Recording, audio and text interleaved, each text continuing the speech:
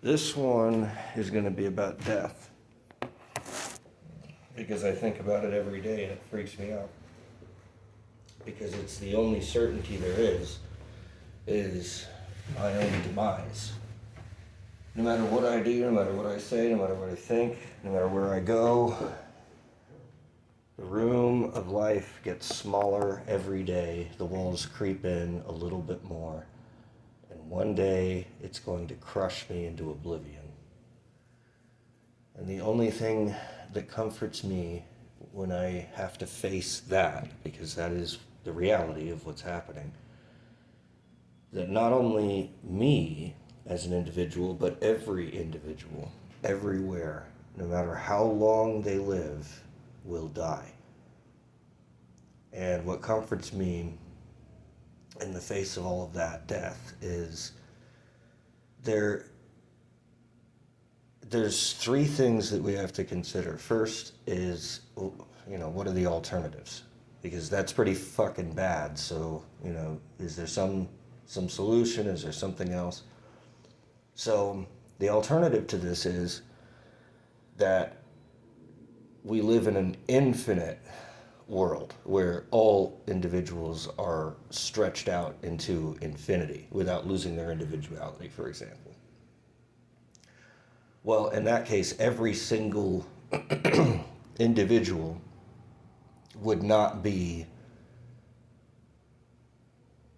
able to fit into a finite form, right? So they would never incarnate here. They would never be in a finite world. They would live in an infinite world where every single individual is infinite. But how is that possible? The only way that you can have a multiplicity of infinities that all occupy the same field is to nest them inside of each other. Like fractions, there's an infinite number of fractions in between every whole number set. In between 0 and 1, 1 and 2, 2 and 3, so on and so forth. There's always an infinite number of fractions in between those whole numbers. And then there's an infinite number of whole numbers. So the fractions are all nested within the whole numbers, or technically between the spaces between the whole numbers, but still. So if every individual were infinite, then they would have to be nested within each other, or nested in between each other in that way, so that you would have fractions in between every set of whole numbers, right? Well, the problem with that is, if that were the case, the individuality would simply be a derivative of everything else, because fractions aren't endemic unto themselves. They're derivatives of the division, or the dividing line between a ratio of other numbers. So, for example, half is 1 divided by 2. It's the distance, it's the dividing line in between 1 and 2. Halfway in between 1 and 2, where 1 and 2 both have equal influence, or an equal ratio of distance or proximity to that line. So that line is equidistant between 1 and 2, and that's what makes it 1/2, is that it is equidistant between 1 and 2. So it's not its own entity. It's a derivative. It's dependent upon 1 and 2. So half doesn't exist if we get rid of the number 1, or if we get rid of the number 2, or worse yet, if we get rid of them both. There is no such thing as 1/2, because 1/2 is sort of like an adjective. It has to have a noun to fit to. Or like, you can't just have red. There has to be something that is red, or short, something that is short. You don't just have shortness. That doesn't really make sense. It's always shortness of what, or something like that. So it's a derivation. So then, if we were individuals and yet infinite like that, then we would also have to be dependent upon our environment, which is itself infinite. And then we would be infinitesimal parts of an infinite whole, And that means we have no personality, no memory, nothing that would make us ourselves. We would be as much ourselves as our fingernails are somehow themselves distinct from my finger. It doesn't make sense to think of my fingernail as being distinct from my finger because it's derived from or dependent upon my finger. If I remove my finger, I remove my fingernail. It can't live on its own. If I were to rip it out of my finger, it would die, and then that would be it. It would not continue to live or function and grow without the finger supporting it. So it's just a part of the finger. It's not really its own thing. My hair is not really its own thing. It's just an extension of my scalp, etc. So the only way that we would be able to escape our own finality, our own finitude, the fact that we must end, is if we didn't have a personality, if we didn't have individuality, if we were just fingernails on a finger. That's the only way that we could escape it. The other alternative is, well, what if we somehow retain our own individuality so that we're not infinite, but we have an end, we have a definite end, but that we can always, somehow push that off further and further until one day we have to just choose to do it. Where it's like, okay, it's on the to-do list, but we don't have to do it yet. We don't have to do it today.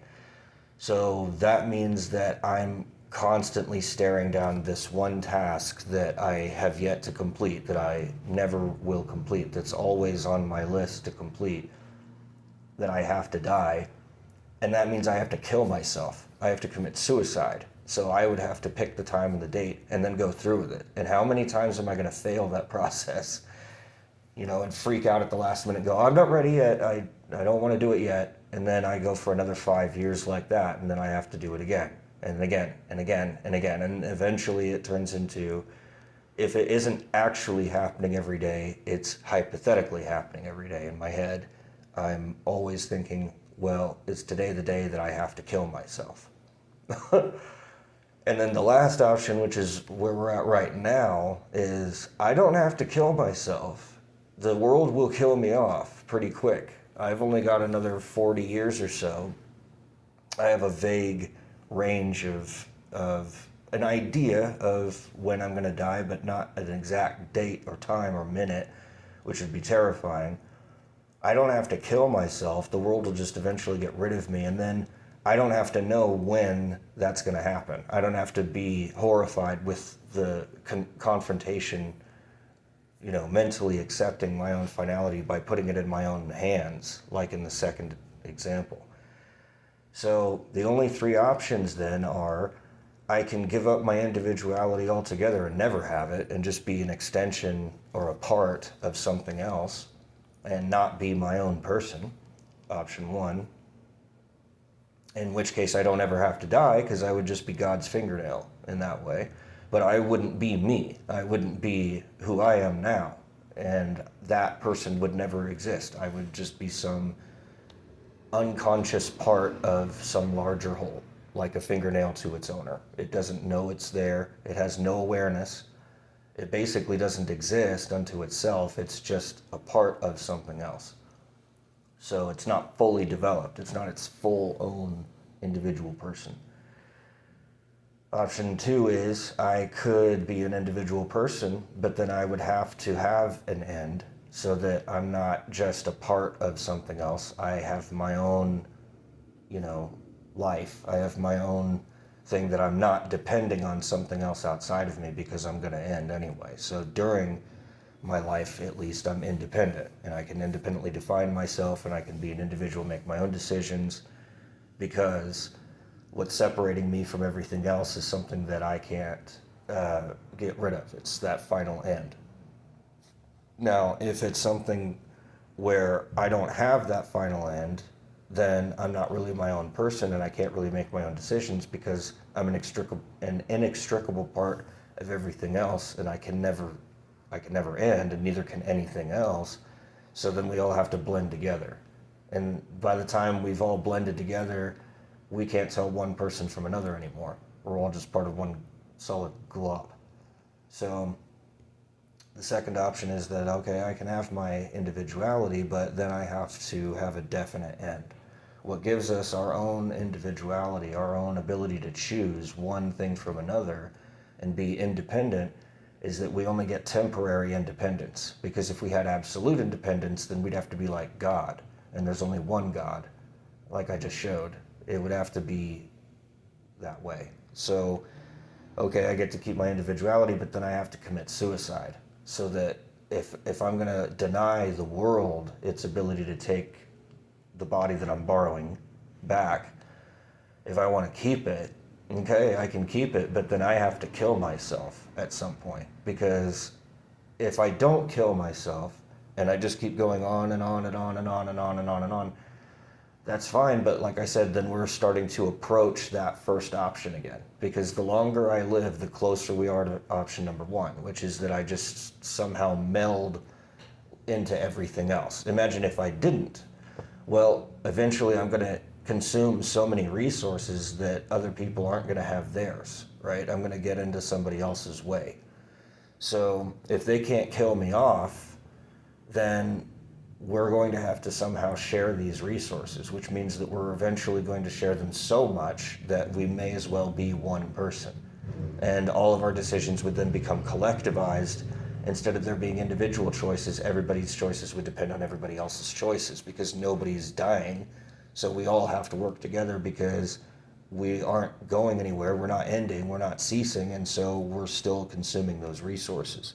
Even if those resources are just inert, like space or time, we have to occupy the same amount of space.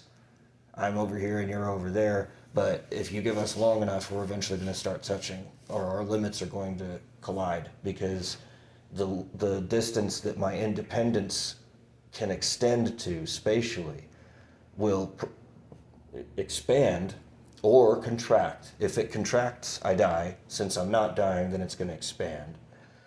And since everybody's expands forever, eventually they touch, they meet, and they become static, and then we end up right back where we're at before, with option number one, with everybody being nested within a larger entity of which they're just a part, where they don't really make any decisions anymore.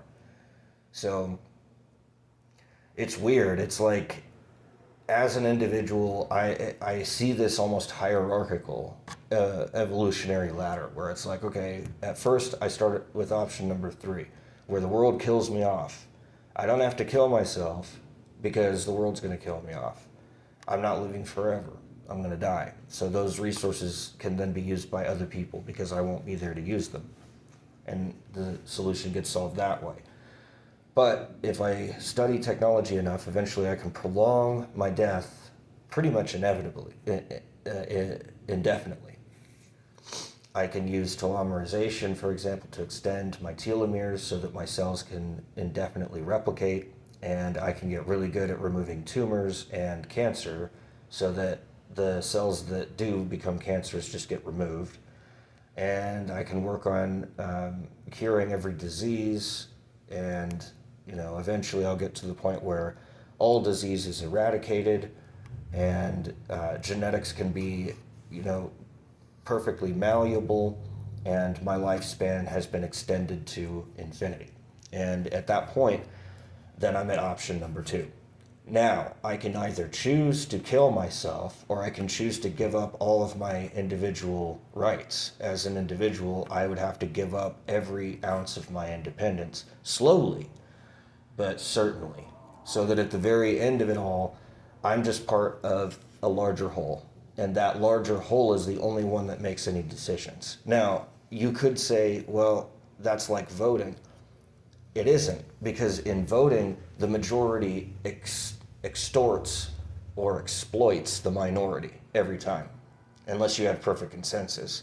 In which case, if you did have perfect consensus on everything, let's say, then you wouldn't be you and I wouldn't be me. We would all come to the same conclusion, so we would all be the same person. The only way that we'd ever agree on everything is if we were the same person. So we keep running across the same inevitability that eventually what will happen is that we'll develop enough technology to extend our lifespan indefinitely, and then we'll expand our influence until that expands indefinitely, And then we're going to run into the problem of collectivization, where we lose our individuality and become a solid unit that itself is immortal. It won't ever die, but each of its parts has been absorbed fully into the whole, so that we're all just fingernails on a hand instead of being our own people separate with our own hands and our own fingers and our own fingernails. We all share the same body, and we're all dependent upon that body, and that body makes all of our decisions, and we're just along for the ride, passive.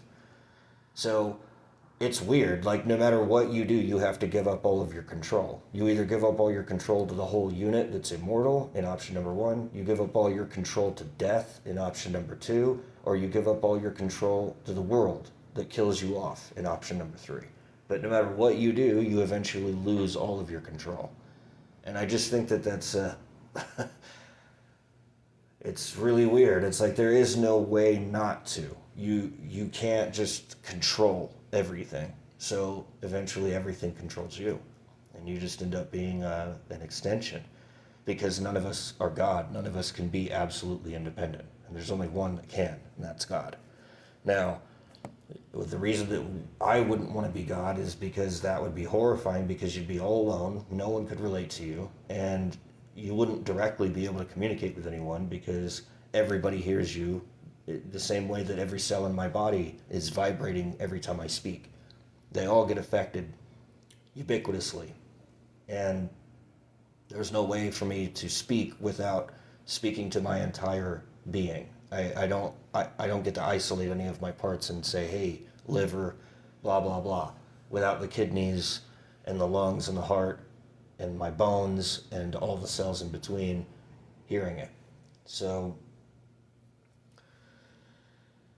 you would be totally alone. You wouldn't be able to control anything as God either, because all of your parts are dependent upon you, and ethically you have to take care of them, so that's going to make all your decisions for you. There's nowhere to go because you're God, so you're the biggest thing in existence, so there is nothing out there beyond yourself. It's just you, alone in a dark void. And it's like, so that's, I guess that would be option number 4. So it's like, oh, well, I want my immortality and my individuality, and then you get no control because there's nothing beyond you to control. So then the only thing that you could quote unquote control would be yourself. But even then, it would be pointless to do that for your own sake, because there's no one there.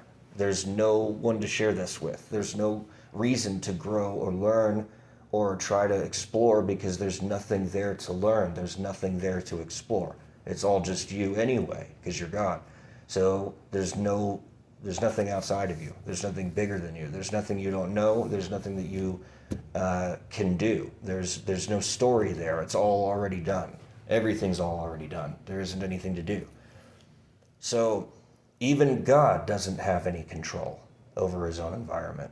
It's bizarre. It's like that even if I became God, I still can't get out of this fucking machine. It's so weird. It's impossible to escape. It's inescapable. There is no control. No matter where you go, even if you became God himself, you still wouldn't have control. All of your little individual parts would have that control. And they would only get it either temporarily or, like I said, spatially limited. But in some limitation, there's always a limitation to that amount of control, at which point, when they reach that limit, that's the point where they lose all their control too. So God gives up being able to control anything so that some of us can control some things sometimes. And then it's like, damn, man, that's a sacrifice. But then what else is there? If God didn't do that, then there would just be God and there wouldn't even be us. Now, if he gives us the control, then that's allowing us our own individuality where we can make our own decisions within a particular limitation. So at least we get our own individuality at the sacrifice of God's. But that's the only thing that there is meaningful to do, is for God to give us the control and let us see what we do with it. Because if God retains all of that control and forces everything to do whatever it's going to do, then God is a machine. And imagine how horrifying it would be to be that person. to be reduced to an object that just churns. And there's no one churning it, and there's no reason to churn, but it just keeps churning. That's pretty fucking insane. And then, what if it stopped? Well, it can't stop because that's the only thing there is. So it can't just die because that's all there is. It would be like, okay, I killed myself and then I'd instantly come back. I wouldn't even die. Like, I would stab myself in the neck and I'd bleed and bleed and bleed and bleed and hurt and pain and all this, but the blood would just like flow out of me and like come right back in again. It would just flow right back into the same wound it came out of because there's nowhere for it to go. It can't go out into space because there is no space. So it just goes right back in my veins again. That's fucking weird. And then there's no control over that. And then that happens without there being anything that can be done about it. So it's like, what the fuck? There's no way out, man. Not even God can get out of it.